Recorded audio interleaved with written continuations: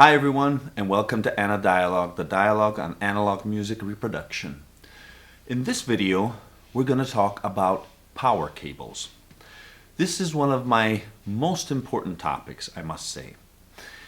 In my first video, we discussed about mains filter, power filtering, which I consider among the top 5 components that change the quality of my audio signal, my hi-fi music reproduction. So directly connected to that is the power cable. The power cable is the main, the most important cable in terms of amplification, which means when you are using power cables to feed electric current to our amplifiers. Preamplifiers, but mainly our power amplifiers. When I say power amplifier, I just mean the main receiver, the main amplifier, which is usually integrated, because as you probably know, in hi-fi systems we have the preamplification and then we have the power amplification. But for example, in my case, I have a good high quality integrated amplifier. So power cables, as you can see here, we have a nice example which seems a high-end power cable, and in this video I want to highly recommend this top component. Although I know a lot of you do not think that cables have an effect on your system. Some of you also ask me an A to B comparison. We will do that test in the following videos, but for now, just try to trust me a little bit. I have some experience. I'm not absolutely a technician. I do not work in the field, but I love music. I'm an audiophile, and I'm telling you that this is one of the most important components. When I finally decided to buy a high quality cable, power cable, and substitute the one I already had, the standard cable, in my power amplifier, oh my God. I mean, the change was dramatic. As I said, among the top 5 components in this group, I certainly, absolutely put a high quality power cable. Now, what's the problem?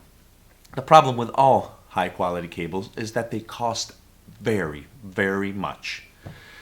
As I explained in other videos I made on interconnect cables, you don't have to buy these. You just need to know what to look for, what kind of bulk cable, what kind of connector, what kind of conductor. Take a look in another video here. You can see the image where I discuss these elements. I just need to say that the top key element to do something like this is monocrystal copper. We discussed that in length in other videos, and good quality connectors. Rhodium now is very famous, is very trendy. It's good if you unplug and plug continuously, otherwise that is not important. We need something with good quality of conductivity, which I think gold remains the top. I will give you more details because this is the cable we're going to make together. Yes, I made this, and you're going to make it too in the following part of the video. So, let's take a look.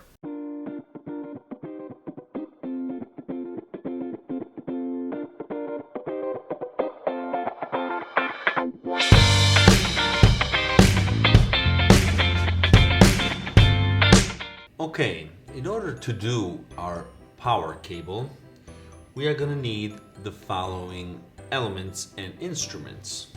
Well, for the cable itself, we're going to need a good quality cable. In this case, we have an Oyaide monocrystal copper cable, which is a new creation of this Japanese house. It's a solid conductor made of, as I said, monocrystal copper, so the highest and purest quality of copper, which has been reinvented by them since the original Ono process has been discontinued, at least they're claiming that, so they started now to do their own. Now this particular wire is very, very rigid, so be careful if you choose this, because if you twist it too many times, it might snap all of a sudden. So be careful if you think you're going to move around the cables a lot. Although this is an excellent product, this is 1 meter. Obviously it's expensive because it's a monocrystal copper, so this goes around 50, 60 euro or dollars. It depends where you're based, more or less. And obviously to complete our cable, we're going to need connectors. In this case, an IEC connector with this type of, as you can see, this typology of IEC, which accepts also cables going up all the way to 16.5 centimeters. This is an ELECAUDIO typology. It's very good. I also got its pair, the Schuko plug, also known as the German typology of plug. They're not cheap, but not too much expensive. These goes around 20, 30 euro or dollars, it depends. The good part is that they have practically a double plating of gold on all components, also on the screws. So I think it should be a good choice, a good pair, a good matching. So besides this, we are also going to need a good pair of scissors, electrician scissors, a nice and a good quality screwdriver, a cable stripper. If you're not good enough with these, I suggest to use also these, especially for the smaller wires. And this time, just to make our cable a little more pretty, I'm going to use this piece I have, an extra piece of expandable nylon. As you can see, it expands and embraces the cable, which will give a nifty look to the final product.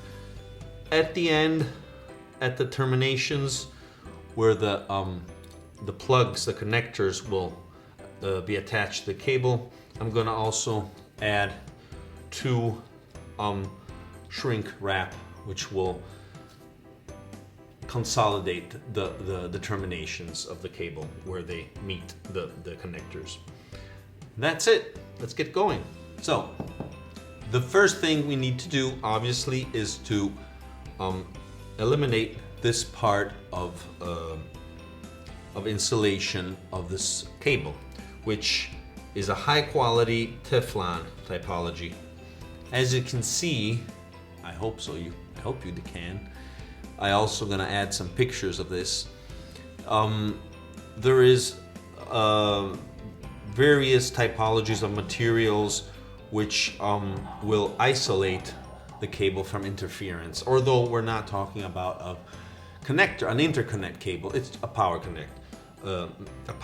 cable, which obviously will benefit as well of insulation and also isolation from interference. Anyway, let's start. So let's take off a good portion. Try to use this movement to detach the 2 parts, because otherwise you're going to risk to cut the part beneath and the cable itself, the conductors itself, and we don't want that. So here we go. Whoa, it's very rigid. This is the first time I'm doing this with this type of cable.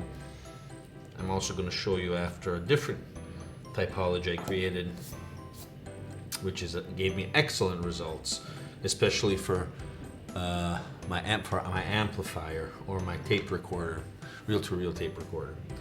So, as we can see, we're already starting to find the first layers of shielding. We can cut these off.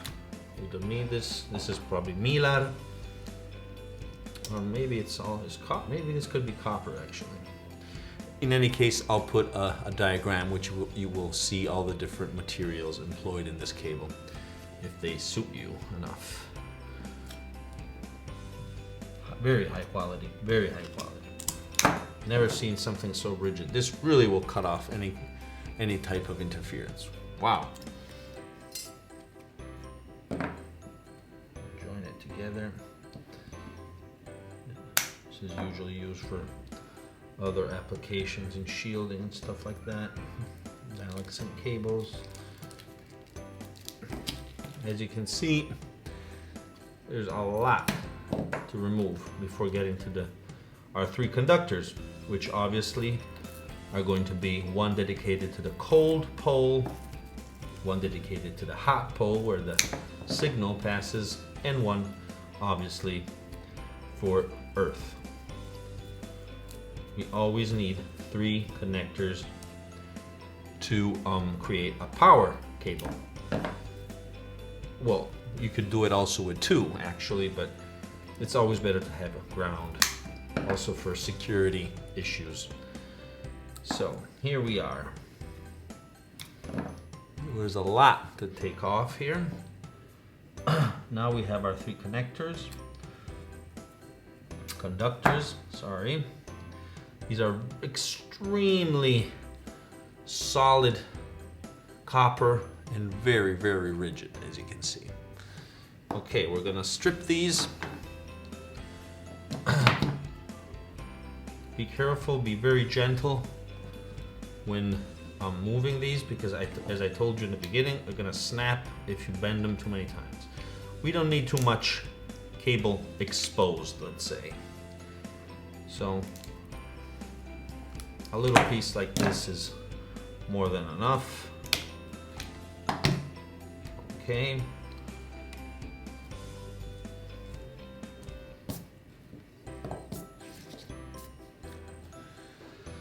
At this point we have our 3 bare conductors.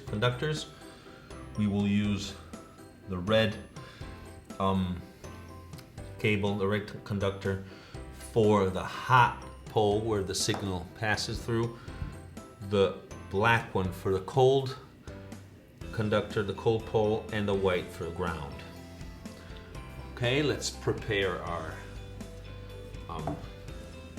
plug. Let's start from the IEC. We're gonna have to open this.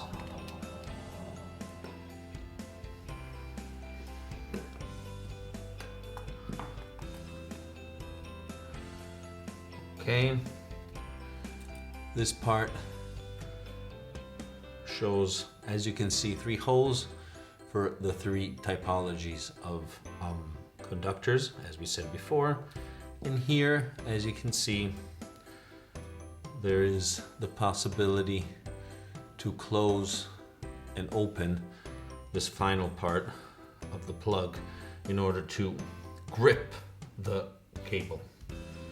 So we're gonna also loosen this up.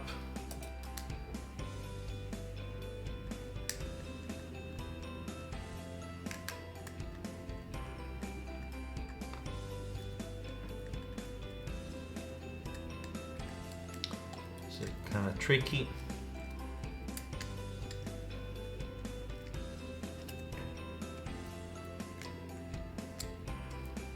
Okay. There we go.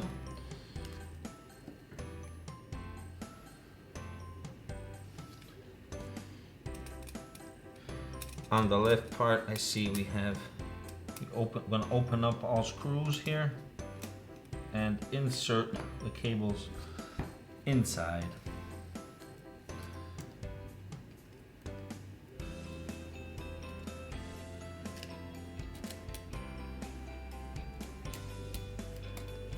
Which fortunately fit very neatly.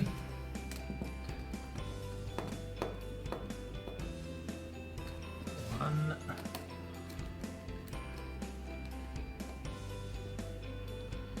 2,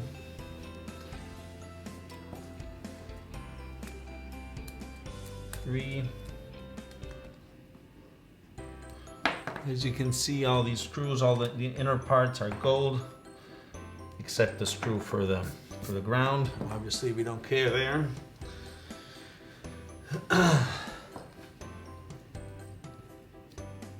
Since we're using an acrylic container, we want this to be kind of nice, kind of fancy. So I think a good idea would be to put a piece of tape, of isolating tape,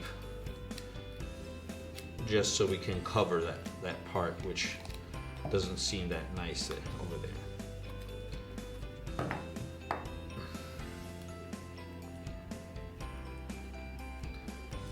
There we go.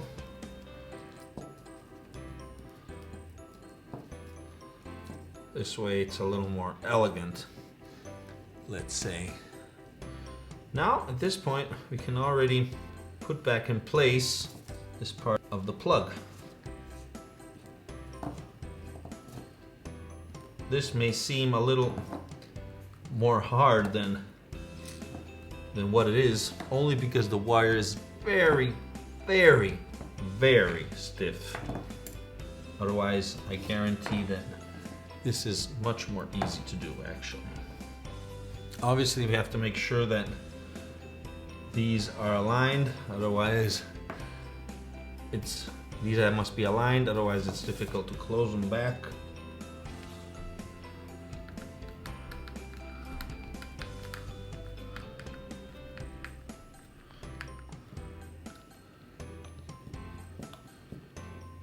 Okay. There we are. That's the first part. Actually, this cable might seem kind of thin if you're thinking of amplifying something with, with a high voltage. But for example, I'm going to use this for a headphone preamp. So this small capacity, we could say, is perfect. I don't want too much electric current to go through this cable. At this point, we must insert this on top of the cable, otherwise we're not going to be able to do that afterwards.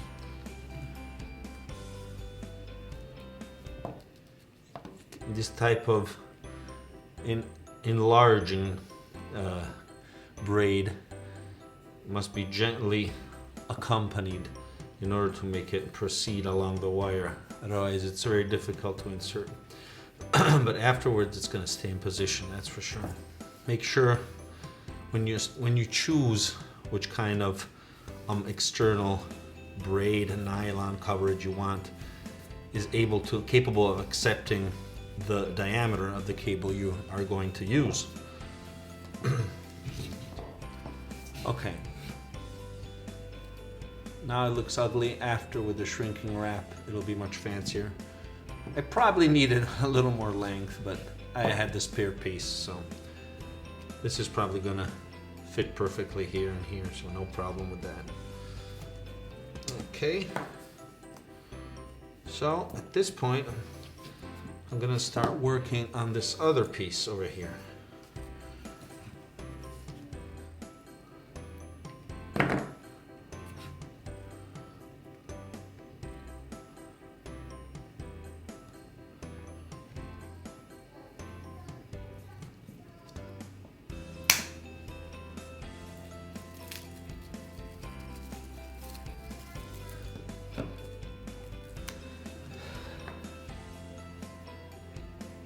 Okay, here we have our 3 poles again. We're gonna start to strip them. Let's prepare our plug, our Schuko plug, which more or less has the same geometry than the IEC plug.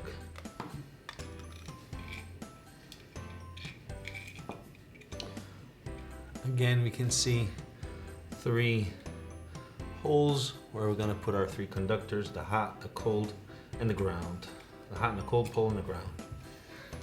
There are clearly indicated signs here. So I think you can see them. This is the symbol of ground. Can't miss that. N is for neutral, and the L is for the hot pole. Also, again, here we have the system for clamping the cable. Obviously, if we want to use these, we're gonna have to put them now, because otherwise we're too late. So let's slip them on.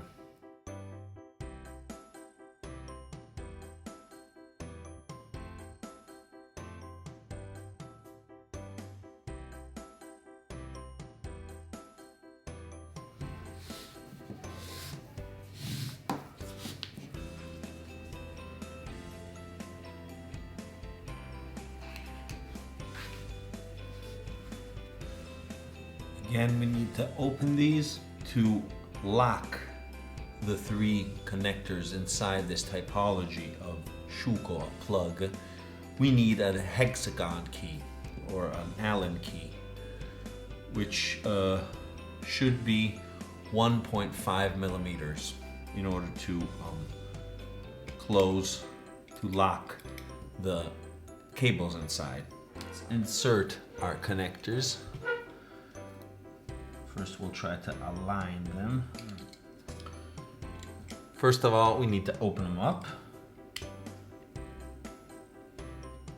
So before inserting this, we need to obviously first have this in place.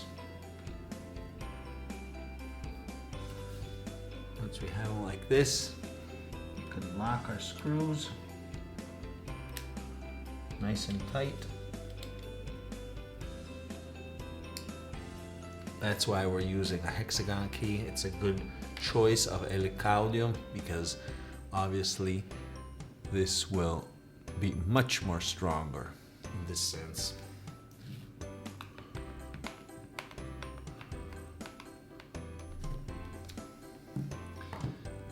Everything is neatly positioned.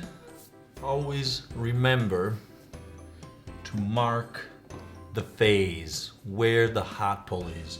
In our case, since we have an acrylic body, it's easy to verify that. But in any case, we'll mark it. I will do in the next weeks a video on this topic, which is very important. In this case, I'll use a little bit of white paint to mark. The IEC is already set up in this way, so you can't get that wrong. Okay, now at this point we can finalize our cables with our nice yellow shrink wrap. In this case, what I forgot to mention is that we need at least you can use a specific tool to do that, which is something that looks like this. It looks like a hairdryer, but it isn't. It has a very strong blow, enough to shrink wrap correctly, although you can use a strong hairdryer, no problem with that. So let's go ahead.